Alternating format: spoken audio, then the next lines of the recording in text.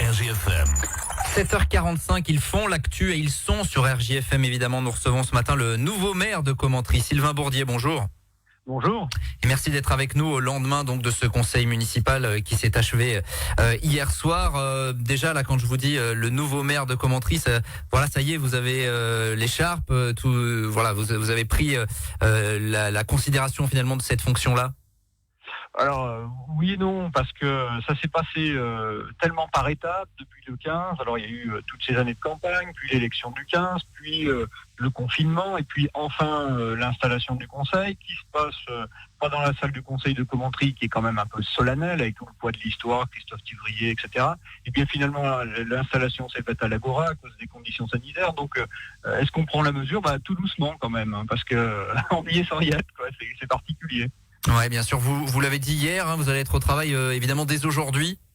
Oui, ce matin là, je vais aller faire un petit tour sur le marché. Et ensuite, on a rendez-vous avec le directeur des services à la mairie pour faire le tour des services, et non pas pour une réunion de travail, mais ne serait-ce que pour aller se présenter dans un premier temps. Et ensuite, on programmera des réunions de travail. Alors, donc vous l'avez dit, cette élection hier soir s'est déroulée dans un contexte forcément particulier. Ça enlève un petit peu de saveur finalement à ce moment qui est très important pour vous. Oui, parce que je me remémorais mon entrée au conseil municipal, il y a le mandat dernier où on était élu d'opposition bien sûr, mais on rentrait au conseil dans cette salle qui est un peu grandiose, et c'était quand même assez impressionnant malgré tout. Alors je me dis, pour nous qui avons fait déjà 6 ans, c'est pas tout à fait pareil, mais pour les nouveaux arrivés, on aurait bien aimé que ça se fasse dans les mêmes conditions. Alors vous avez présenté hier avec l'élection des adjoints, l'équipe qui va vous entourer finalement. Parlez-nous un petit peu de cette équipe. Le maire sortant tout à l'heure sur notre antenne et que nous avions interrogé hier soir à la sortie disait on va être attentif à ce que cette équipe qui manque d'expérience va montrer. Qu'est-ce que vous avez à répondre à cela finalement ? Alors écoutez, je ne sais pas si mon équipe a moins d'expérience que la sienne, ça reste à démontrer, mais on y reviendra tout à l'heure. En tout cas, si eux avaient beaucoup d'expérience, ils n'en ont pas forcément fait la démonstration. En tout cas, nous, sur cette équipe, en premier adjoint, j'ai mis Thierry Verge, qui est délégué aux travaux et à l'urbanisme. Il est géomètre de métier, donc on peut supposer qu'il a quand même un peu d'expérience dans ce domaine-là. Muriel Desforges est délégué au personnel, à l'administration et à la communication. C'est également son métier, la communication. Pascal Rollian est délégué au sport et aux associations rattachées, très grand sportif. Pascal Rollian, il a même fait des compétitions en tant qu'élu. Stéphanie Baudot est déléguée aux finances, elle est comptable dans une entreprise de la région. Stéphane Jordonnet est délégué aux affaires scolaires, c'est un secteur qu'il connaît bien puisqu'il est représentant des parents d'élèves, et heureusement il connaît bien ce secteur, donc il va pouvoir être opérationnel dès cet après-midi en allant à une réunion au lycée Geneviève Vincent, réunion qui concerne la reprise de la scolarité. Il est même plus au jus, si je puis dire, que moi, puisque lui il a été associé en tant que représentant des parents d'élèves aux réunions, alors que moi j'ai été associé à rien. Et puis on a Emmanuel Michon qui est délégué aux affaires sociales. Emmanuel, on a eu un parcours commun puisqu'elle était ma suppléante aux élections législatives. Et puis Guillaume Noailly qui est délégué à la jeunesse, à la culture, aux associations. La jeunesse, c'est un secteur qui est important. Et Guillaume Noailly, bien ma foi, c'est le Benjamin du conseil municipal. Ouais. Voilà ce qu'il en est. Donc on a fait le choix d'ailleurs de fonctionner avec 7 adjoints au lieu de 8, ce qu'avait actuellement l'ex-majorité en place. Ils avaient 8 adjoints, nous on en aura 7, et on fait une économie sur le mandat de plus de 65 000 euros. La majorité qui vous a un petit peu tensé là-dessus en disant vous auriez pu réduire encore puisque c'est ce que vous aviez demandé lors du mandat précédent. Et c'est bizarre parce que ils avaient 8 adjoints et nous reprochent d'en avoir 7. C'est quand même extraordinaire. Et on a 2 conseillers délégués alors qu'ils en avaient 4. Donc on a réduit, si je puis dire, extrêmement la voilure, mais apparemment, fallait bien qu'ils aient quelque chose à dire. Mais vous voyez que c'est pas sérieux quand même. Hein.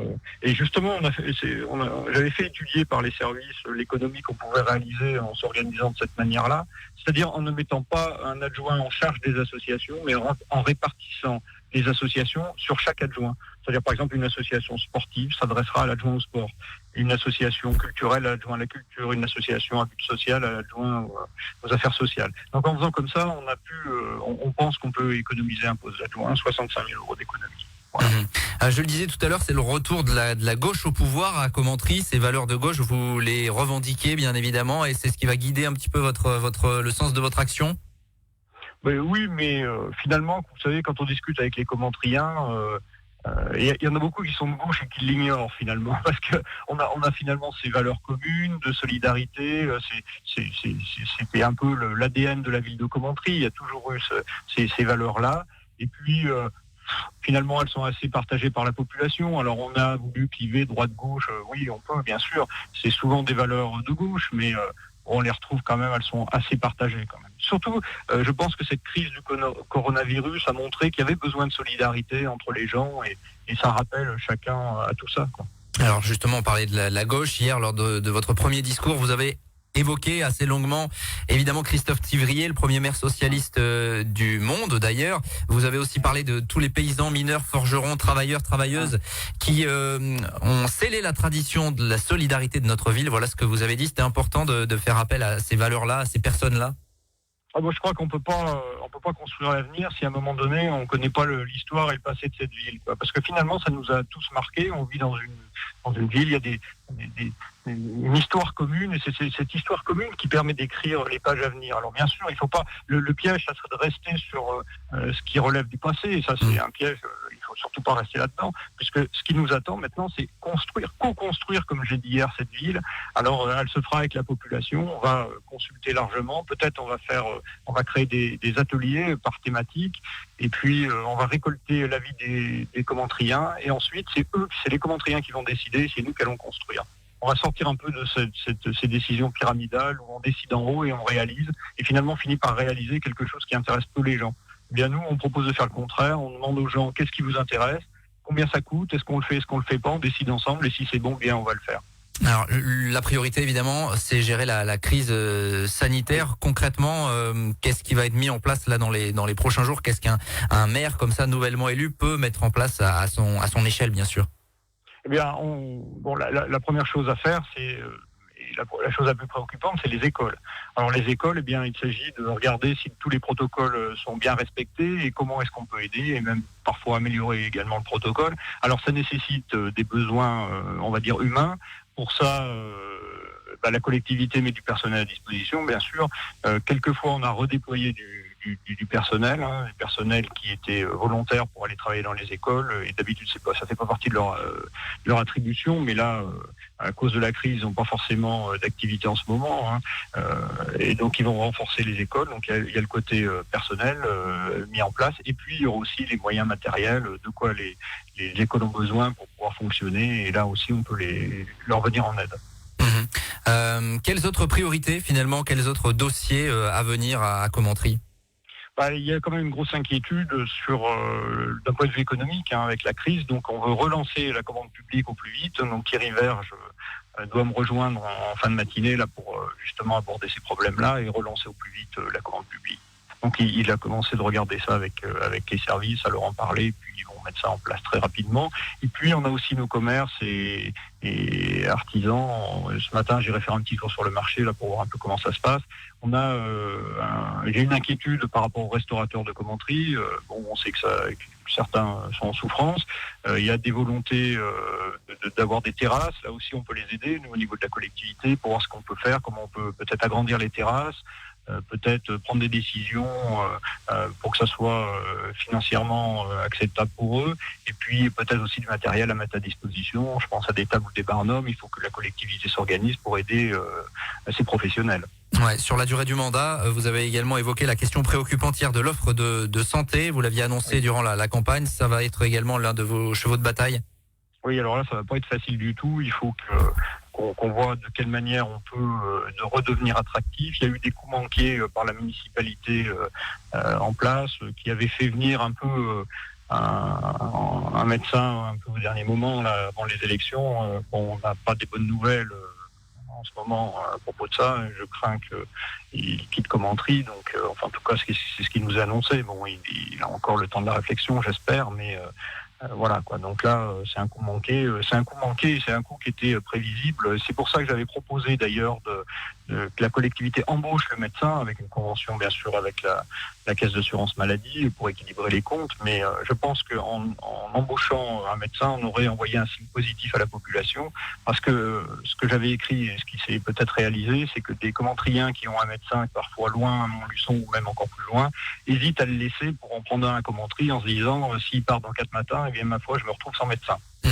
Et je pense que si on avait embauché le médecin, on aurait rassuré la population, et puis voilà quoi. Bon, mais le dire c'est bien, on sait que c'est pas facile. C'est quand on a défendu ce projet, c'était le mandat dernier déjà, et c'était forcément plus facile le mandat dernier que maintenant. Plus on attend, plus c'est dur.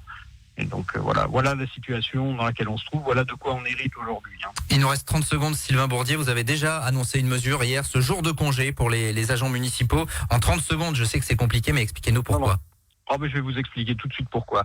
Hier, j'ai rencontré un commentrien qui m'a dit les agents communaux sont dans ma rue, ils sont en train de travailler, ils en mettent un coup. Écoutez, ça fait longtemps que j'avais pas entendu ça de la part des commentriens. La mode était plutôt à taper sur nos agents communaux, ce qui était insupportable, enfin ce qui en tout cas pour moi l'est. Ils ont travaillé sur cette crise sanitaire, parfois dans l'ombre, comme je l'ai dit. Alors c'est pour ça que certains avaient le sentiment qu'ils ne travaillaient pas, mais c'était vraiment qu'un sentiment parce qu'ils travaillaient dans l'ombre. Tout ça, ça mérite récompense. On a besoin de donner des signes à des agents qu'on a maltraités pendant pas mal de temps. Maintenant, c'est fini. Les agents, il faut les remettre là où ils ont été, c'est-à-dire les remettre à l'honneur. Alors c'est un petit signe, c'est un jour, mais c'est le signe qui compte et on leur donnera un jour. Sylvain Bourdier, nouveau maire de Commentry, merci d'avoir été avec nous ce matin. Merci à vous, au revoir. Bonne journée, il est 7h56 sur RJFM, le direct continue. 7h45, l'invité du jour, en direct sur 92.3 et en Facebook Live vidéo sur la page RJFM.